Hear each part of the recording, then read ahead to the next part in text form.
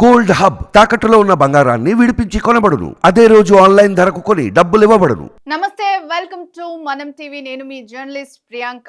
So తెలంగాణలో law and order అదుపు తప్పింది అంటూ కూడా విమర్శలు అయితే చూస్తున్నాం. సోషల్ మీడియాలో నెగిటివ్ కామెంట్స్ వస్తా ఉన్నాయి. ఎందుకంటే కూడా తెలంగాణలో ఒకే రోజు జరిగినటువంటి ఘటనలు ఇందుకు అద్దం పడతా ఉన్నాయి. సో ఆ ఘటనలు ఏంటనేది మనం చూద్దాం.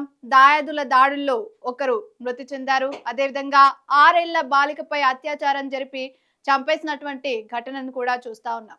సో ఆ రెండు ఘటనలకు సంబంధించి లోతైన విశ్లేషణ చేద్దాం. ఇక మనం చూసుకుంటే భూ తగాదాలతో వ్యక్తి దారుణ హత్య అంటూ కూడా చూస్తా ఉన్నాం. సో చాలా వరకు కూడా భూ తగాదాలతో ప్రాణాలు కోల్పోయినటువంటి వారి సంఖ్య ఎక్కువగా ఉంది. అలాగే భూముల విషయంలో మన మన దగ్గర ఎక్కువగా భూముల విషయంలోనే గొడవలు వస్తూ ఉంటాయి. సో అట్లాంటిదే జరిగింది, అట్లాంటి ఘటనే అనుకోవచ్చు. కాకపోతే అది ప్రాణం మీదకి వచ్చే వరకు కూడా పోలీసులు పట్టించుకోలేదు. డయల్ 100కి కాల్ చేసినా కూడా వాళ్ళు తక్షణం రాకపోవడంతో ఆ వ్యక్తి ప్రాణాలను కోల్పోయాడంటూ కూడా కుటుంబ సభ్యులు, గ్రామస్తులైతే ఇటు పోలీసుల తీరుపై దుమ్మెత్తి వస్తున్నటువంటి సిచ్యువేషన్ అయితే కనిపిస్తా ఉంది. సో ఆ ఘటనకు సంబంధించిన వివరాలను చూద్దాం మనం. సో భూ తగాదాలతో వ్యక్తి దారుణ హత్య, కట్టెలతో కొట్టిన దాయాదులు తీవ్ర గాయాలతో ఆసుపత్రిలో ట్రీట్మెంట్ పొందుతూ మృతి అంటూ చూస్తా ఉన్నాం. నారాయణపేట జిల్లా చిన్నపొర్లలో ఘటన, గ్రామంలో పోలీస్ పికెట్ ఘటనపై సీఎం సీరియస్, బాధ్యులపై చర్యలకు ఆదేశం అంటూ కూడా చూస్తా ఉన్నాం. సో ఇట్లా అంటే దాయాదుల ఘర్షణలో వాళ్ళు గొడవలు అంటే వాళ్ళు కొడుతున్నటువంటి సందర్భంలో ఇవి ఇప్పటికే విజువల్స్ కూడా వాట్సాప్లలో అదేవిధంగా ఎక్స్ లో చాలా వైరల్ అవుతా ఉన్నాయి.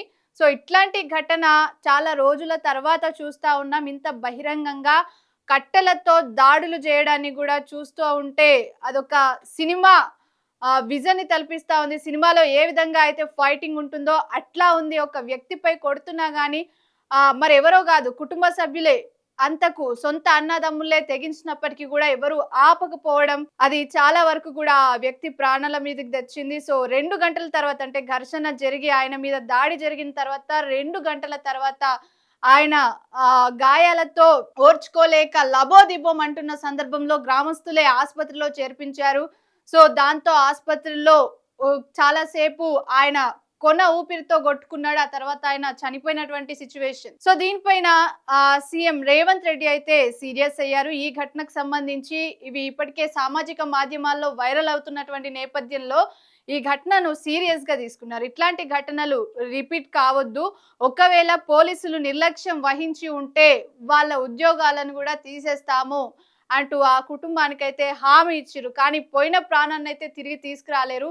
సో 2 గంటల వరకు కూడా అంటే ఆ ఘటన జరుగుతున్నప్పుడు వీడియో తీసిన వాళ్ళు కానివ్వండి, పక్కనున్నోళ్ళు కానివ్వండి, డయల్ 100కి ఫోన్ చేసిన పోలీసులు రాకపోవడంతో ఇట్లాంటి అంటే ప్రాణాలు కోల్పోవాల్సిన పరిస్థితి వచ్చిందంటూ కూడా ఆ కుటుంబ సభ్యులైతే ఆవేదనను వ్యక్తం చేస్తున్నటువంటి పరిస్థితి కనిపిస్తా ఉంది. సో దీనిపైన అయితే సీఎం సీరియస్ అయ్యారు. ఒకవేళ అధికారులు నిర్లక్ష్యం వహించినట్టయితే వాళ్ళను వెంటనే సస్పెండ్ చేస్తామంటూ కూడా ఒక విచారణ కమిటీని అయితే నియమించడం జరిగింది. సో దీనికి సంబంధించిన అంశం ఇలా ఉంటే 6 ఏళ్ల చిన్నారిపై రేప్, మర్డర్ అంటూ చూస్తా ఉన్నాం. పెద్దపల్లి జిల్లాలో దారుణం. సో ఇట్లా మనం ఇంతకు ముందు కూడా మన తెలంగాణలో జరిగినటువంటి ఘటన మళ్ళీ పునరావృతం అయింది అని అనుకోవచ్చు. ఎందుకంటే 6 ఏళ్ల చిన్నారి, అభం శుభం తెలియనటువంటి చిన్నారి పైన దాడి జరిగింది. మరి ఎక్కడో తప్పిపోయిన అమ్మాయి పైన దాడి జరిగిందా, లేకపోతే అమ్మాయి ఎట్లాంటి సందర్భంలో దాడి జరిగిందనేది ఒకసారి మనం చూసుకుంటే, సొంత తల్లిదండ్రుల పక్కనే పడుకొని ఉన్నటువంటి చిన్నారిని లారీ డ్రైవర్ చిదిమేసినటువంటి పరిస్థితి. సో ఆమె పైన రేప్ చేయడమే కాకుండా ఆమెను చంపేసిండు కూడా. సో అంతటి దారుణానికి ఒడిగట్టిన సంఘటన మనము మళ్ళీ చూస్తా ఉన్నాము. సో పెద్దపల్లి జిల్లాలో అయితే ఈ దారుణం జరిగింది. ఆరు బయట నిద్రిస్తున్న బాలికను కిడ్నాప్ చేసి మిల్లు డ్రైవర్ అఘాయిత్యం. సీసీటీవీలో కిడ్నాప్ దృశ్యాలు, నిందితుడి అరెస్టు, ఫోక్సో చట్టం కింద కేసు పెట్టండి సీఎం రేవంత్. బాధిత కుటుంబానికి న్యాయం చేస్తామని హామీ అంటూ కూడా చూస్తా ఉన్నాం. అయితే తల్లిదండ్రులు మిల్లులో ఉక్క పోస్తుందనేసి వచ్చి ఆరు బయట నిద్రిస్తా ఉన్నారు, కొంత గాలి వస్తుందని. సో వాళ్ళిద్దరు పిల్లలు కూడా వాళ్ళ పక్కనే ఉన్నారు. కానీ నిద్ర మత్తులో ఉన్న అమ్మాయిని తీసుకెళ్లి ఇక్కడ లారీ డ్రైవర్ అయితే ఆమె పైన అత్యాచారం చేశారు. ఆ తర్వాత ఆమెను చంపేసినటువంటి ఘటనను చూస్తా ఉన్నాం.